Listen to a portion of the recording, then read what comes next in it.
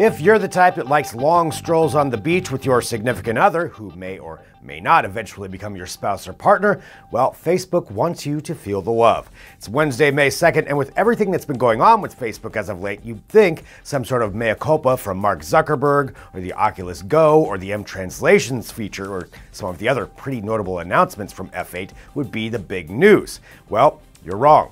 Yes, Facebook will indeed launch a dating channel that Zuckerberg said will be designed for relationships and not just hookups. Yeah, we'll see how that turns out. Well, the Facebook Matchmaker feature doesn't have a name yet, although we kind of like that one. Zuck said it will allow users to create a separate profile, and matches will be based on interests, dating preferences, and mutual friends. Perfect, that always turns out so well. Zuck said the feature will roll out later this year, and to see what else was announced at F8 so far, hit the link for our complete coverage. Some smartphone news and reviews now. We've been putting the new LG G7 Thin Q to the test, and so far we're impressed, and also not so impressed. Cool phone to be sure, with a great display that has, yep, a notch at the top, and pretty much all the features you'd expect from a $650 handset. Capable camera, 4 or 6 gigs of RAM, and the new Snapdragon 845 processor. Good stuff, but also expected stuff. So what was unexpected? The sound quality of the built-in speaker.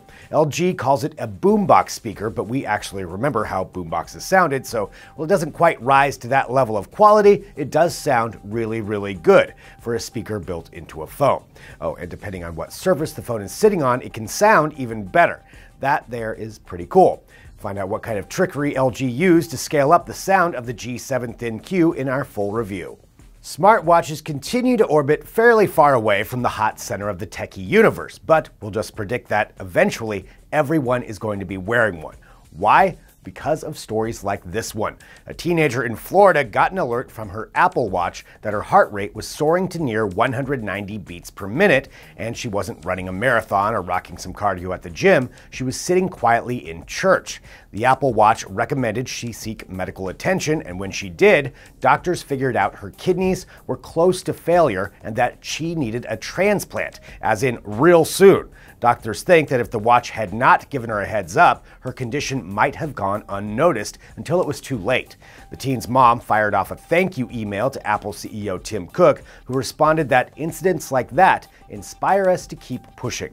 Apple has said since the debut of the Apple Watch that it could prove to be a valuable medical diagnostic aid. Looks like they're onto something. Check out the whole story at the link and get the rest of the day's tech news at digitaltrends.com. And of course, check out our Facebook page and YouTube channel and subscribe to all of our podcasts wherever you get yours. Thanks for watching. We'll see you tomorrow.